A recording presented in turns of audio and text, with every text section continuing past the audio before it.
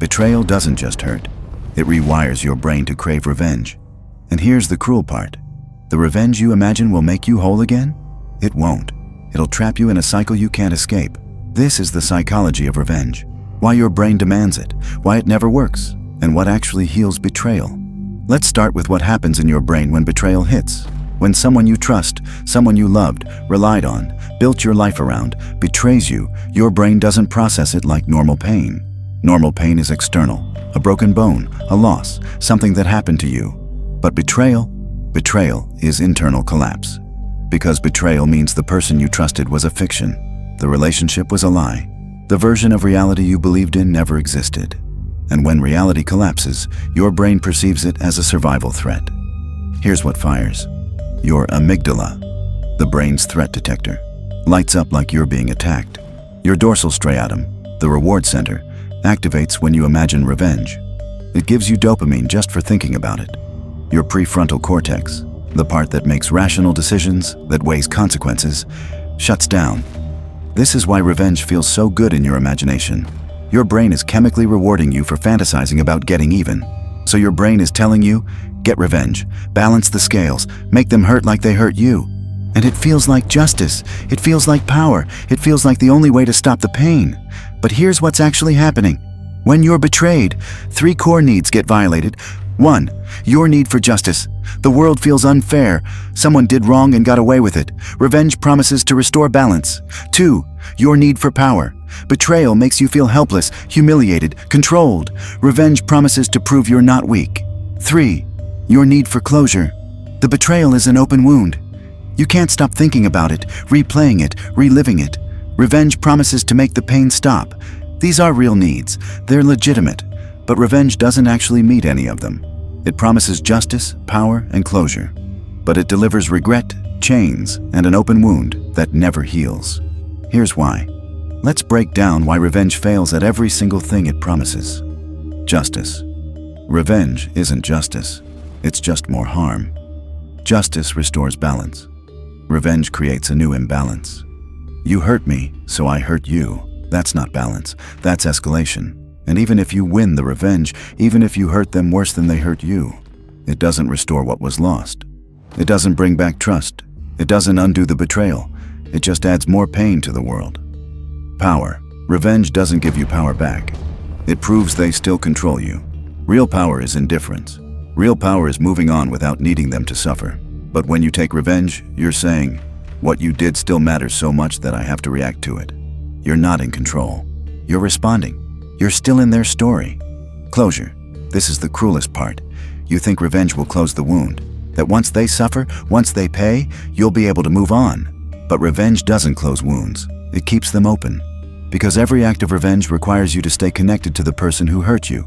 You have to keep thinking about them, planning around them, obsessing over whether they're suffering enough. Studies show that people who seek revenge report higher levels of stress, anxiety, rumination, and depression than people who process betrayal and move on. Revenge doesn't heal you. It traps you. So if revenge doesn't work, what does? Here's what your brain actually needs to heal from betrayal. Not revenge. Detachment. You don't need to punish them. You need to make them irrelevant. Here's the shift. Instead of, I'm going to make them suffer like they made me suffer, you move to, they no longer exist in my world. That's not forgiveness. Forgiveness is about them, whether they deserve it, whether you can let it go. Detachment is about you. It's about removing them from the equation entirely. They're not good. They're not bad. They're not anything. They're a stranger you used to know, not indifference, irrelevance. Indifference means you still care enough to not care. You're choosing not to feel. Irrelevance means they don't register. They're not on your radar. They're not in your thoughts. The opposite of love isn't hate. It's irrelevance. And here's what's wild. Irrelevance gives you everything revenge promised. Justice? They lose access to you. That's the ultimate consequence. Power? You're no longer controlled by what they did. You stopped reacting. Closure? You grieved the betrayal and moved forward. The wound closed. Here's the process.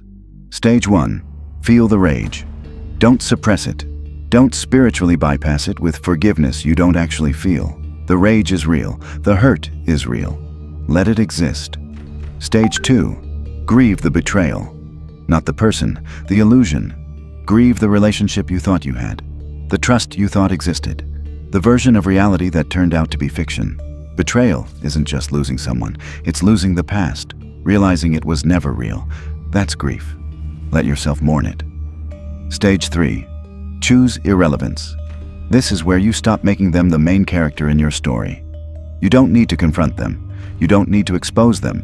You don't need closure from them. You close it yourself. Block, delete, erase. Not out of anger, out of architecture. You're building a life where they don't exist, and that requires removing them from every space they occupied. Stage 4. Redirect the energy. The energy you were spending on revenge, on obsessing, on imagining their suffering. Redirect it. Build something, create something, become someone they could never touch. That's the ultimate revenge that isn't revenge. They fade into irrelevance. You rise into sovereignty. Betrayal rewires your brain to crave revenge, but revenge keeps you trapped in the story that broke you. The real freedom, the real power, is making them irrelevant. You don't forgive them, you don't punish them, you erase them, and you build a life so full, so sovereign, so complete, that their absence becomes invisible. If you're processing betrayal right now, if you're caught between revenge and freedom, drop "I'm choosing irrelevance" in the comments. Your calm is their death. Not because you hurt them, because you stopped letting them exist in your world. Subscribe for more on processing betrayal, building sovereignty, and becoming untouchable.